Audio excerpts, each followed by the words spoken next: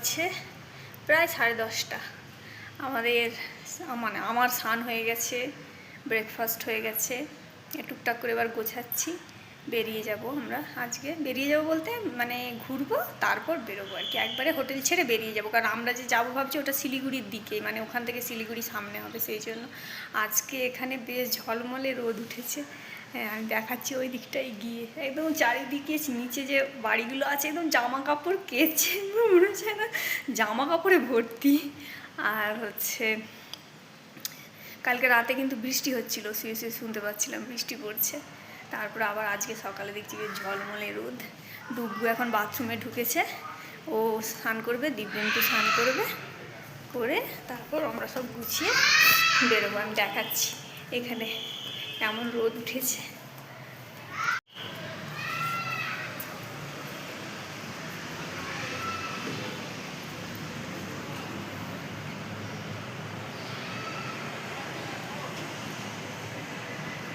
এই দিকটা থেকে আমার জানালা দিয়ে মানে দেখা যাচ্ছে যে হচ্ছে কত মানে লোকজন সব এইখানটার গ্লাসগুলো ওপেন হয় না, ফিক্সড, না হলে দেখাতাম ওই দিকটা এত সুন্দর লাগছে। দেখি দেখা যায় নাকি, এই যে হ্যাঁ যাচ্ছি। পুরো এই যে এখানে এত জামা কাপড় মিলেছে, মানে সত্যি রোদের দেখা পাওয়াটা তো রোদের দেখা পাওয়া না, রোদের দেখা অবশ্যই পাই, কিন্তু সেটা কতক্ষণ স্টে করবে সেটাই আর কি। যে পুরো এখানে মেঘলা, একদম পাহাড় মেঘে ঢাকা। ঠিক আছে, ডুগু বাথরুমে ঢুকেছে, আমি ওকে স্নানটা করিয়ে নিই। তারপর মানে আমি পটিতে বসেছি, আমাকে ছুঁচু করাতে হবে, ও পাপার কাছে স্নান করবে, তারপর রেডি হয়ে বেরিয়ে কথা হচ্ছে। 11:24 বাজছে, আমরা বেরোচ্ছি। এবার সব লাগেজ সব ঠিকঠাক করে গাড়িতে রাখা হবে, তারপর স্টার্ট করা হবে। এই যেখান থেকে দেখাই খোলা আছে জায়গাটা।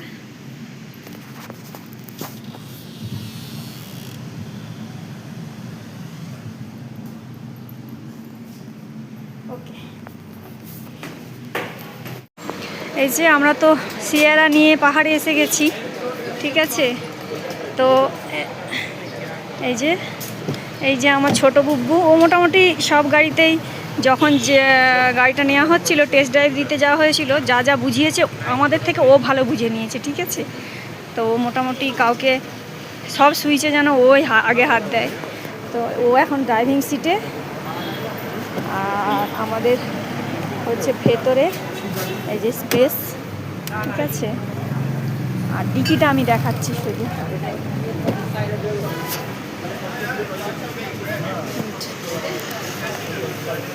এই হচ্ছে ডিকি স্পেস, অনেক স্পেস আছে। এই যে এত লাগেজ সব মোটামুটি ওখানে ধরেও ডিকিতে জায়গা ছিল।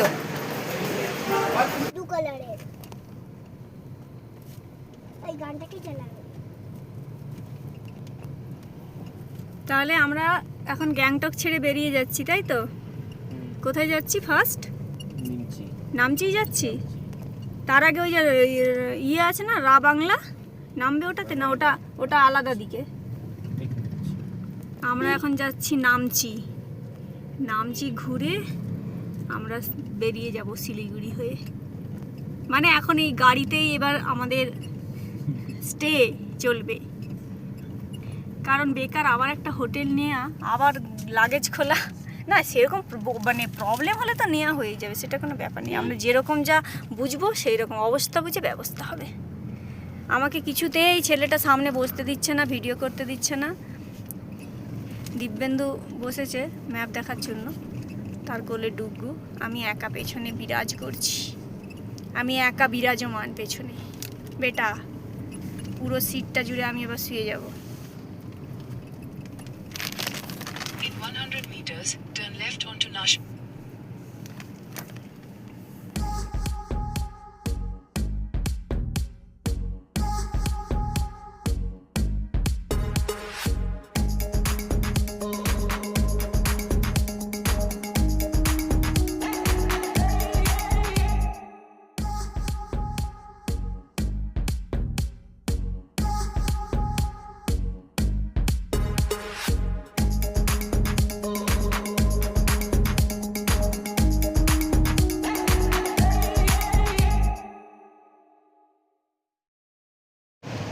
আমরা গ্যাংটকে ঘুরতে গেছিলাম, তো গ্যাংটকে গিয়ে তো আমার বেটা রক বেটা কালকে স্যান্ডো গেঞ্জি পরে রাতে শুয়েছে,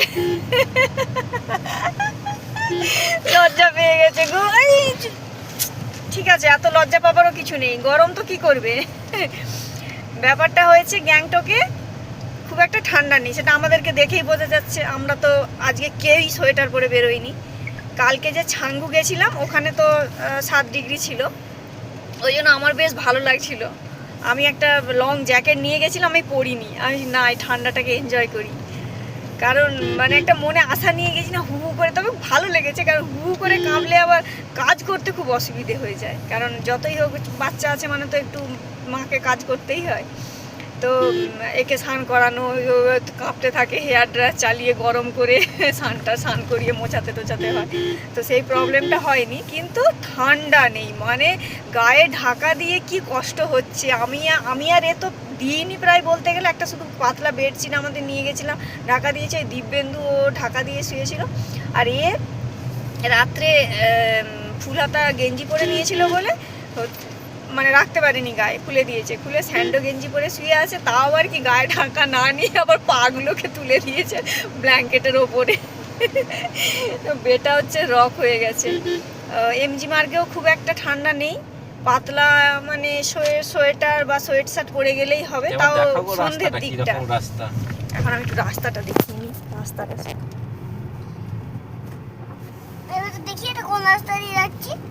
পাহাড়ের একদম খাদ একদিকে, আর একদিকে এই যে মানে পাথরগুলো পুরো মনে হচ্ছে রাস্তা নেই, দূর থেকে মনে হচ্ছে রাস্তা নেই। যত মানে কাছে গিয়ে লেগে তখন দেখা যাচ্ছে যে হ্যাঁ ওই রাস্তাতেই, এই যে এখানটা শুধু দেখো। বাবা বাবা বুঝতে পারছো, ওই দেখো, বাবাকে এখন কিছু বলিস না, চুপ ওই দেখো, দেখতে পাচ্ছো ওই রাস্তাটা দিয়ে আমরা যাব, একদম স্লোলি। এইভাবে হচ্ছে ঘুরে ওই রাস্তাটা যাব। খুবই বাজে রাস্তা, একদম সিয়ারা টেস্ট ড্রাইভ হচ্ছে। টেস্ট নেই হচ্ছে, টেস্ট সিয়ারা টেস্ট হচ্ছে। কোথা দিয়ে যাব দেখো, আমরা কত অন্যদিকে চলে এসেছি নাকি? কিন্তু আর তো রাস্তা দেখতে পেলাম না। কিসব রাস্তা তুমি চুজ করেছো? নেটে দেখেছো এখানে পাথরটা কিরকম ঝুলে আছে? একটা যদি পাথর পড়ে চুপ কর একবার ফটো হয়ে যাব। একটা যদি পাথর পড়ে আমাদের সবাই ফটো নাকি? একবার ফটো হয়ে যাব। এই বাবা, এইটা দিয়ে রাস্তা, কি করবে? গাড়ি ব্যাকও করা যাবে না। দেখো উপর থেকে পাথর না পড়লে। ঠিক আছে, এখন রাখি, প্রচন্ড বাজে রাস্তা একদম। যে আমরা ডেঞ্জার রাস্তা পেরিয়ে ভালো রাস্তায় চলে এসেছি। আমরা থেকে গ্যাংটক থেকে নামচি যাচ্ছি, তো এই রাস্তাটাই তো ম্যাপে দেখিয়েছে। তো এখানে ল্যান্ডস্লাইড হওয়ার জন্য এখানটা ওই হ্যাঁ ওরকম ওই কন্ডিশন ছিল, এখনো মনে হচ্ছে ওটা সারানো হয়নি, যার জন্য এরকম অবস্থা। তো যাই হোক, আমরা ভালোই পেরিয়েই গেছি, কোনো গাড়ি চলে আসেনি যে ওভারটেক করতে হলেই অসুবিধা হয়ে যেত। ওভারটেক না, ক্রস। হ্যাঁ, এখানটায় আবার একটু দেখছি খারাপ। এগুলো সব ল্যান্ডস্লাইড হয়েছিল সব বর্ষাকালে। ঠিক আছে, তো আমরা যাই, কোথাও আবার লাঞ্চ করতে হবে। কটা বাজে? 1:36 হয়ে গেছে। এত বেজে গেছে? হ্যাঁ, লাঞ্চ করে নামচি ঘুরবো, তারপর টুকটুক করে কলকাতার দিকে এগোবো, তাই তো বেটা? হ্যাঁ।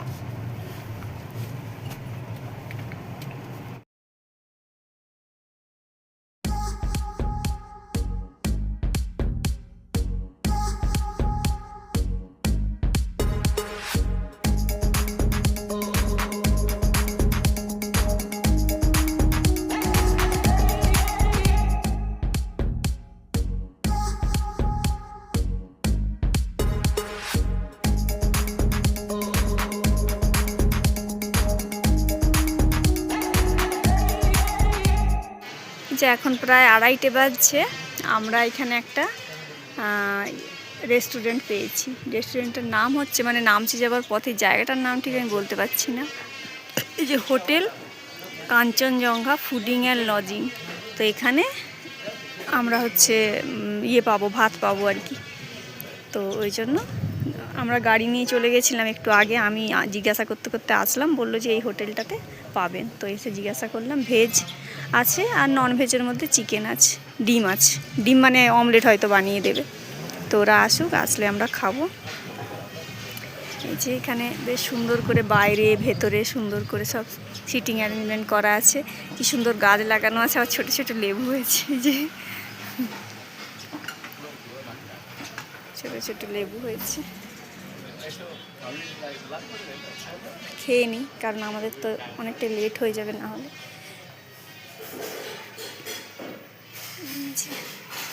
এইখানে আবার এরকম করে সব সিটিং অ্যারেঞ্জমেন্ট করা আছে।